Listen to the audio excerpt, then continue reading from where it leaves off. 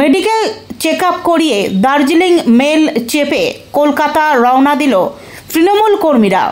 উল্লেখ্য, আগামী 21শে জুলাই সমাবেশে যারা যাচ্ছেন তাদের জন্য প্রয়োজনীয় ওষুধ ও স্বাস্থ্য সংক্রান্ত বিষয় নিয়ে হেলথ ক্যাম্পের আয়োজন করল প্রোগ্রেসিভ হেলথ অ্যাসোসিয়েশনের জলপাইগুড়ি শাখার সদস্যরা।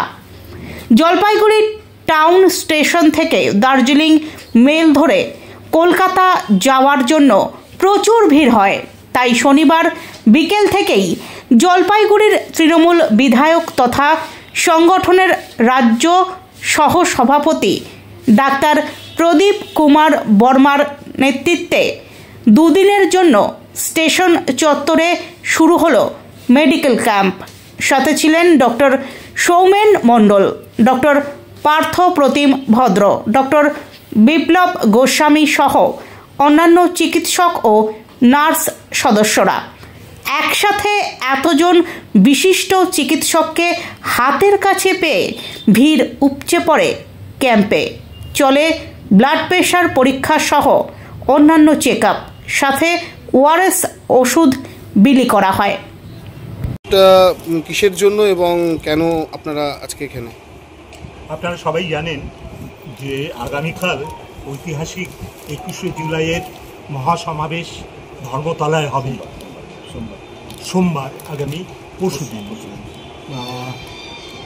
আমাদের প্রিয় মুখ্যমন্ত্রী তথা আমাদের অভিভাবক শ্রীমতী মমতা বন্দ্যোপাধ্যায়ের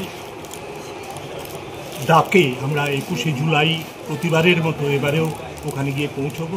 আমাদের জলপাইগুড়ি জেলা থেকে শুধু নয়, জলপাইগুড়ির পার্শ্ববর্তী এলাকা থেকেও প্রচুর মানুষ এই 21শে জুলাইয়ে অংশগ্রহণ করবার জন্য এখান থেকে রওনা দিচ্ছেন।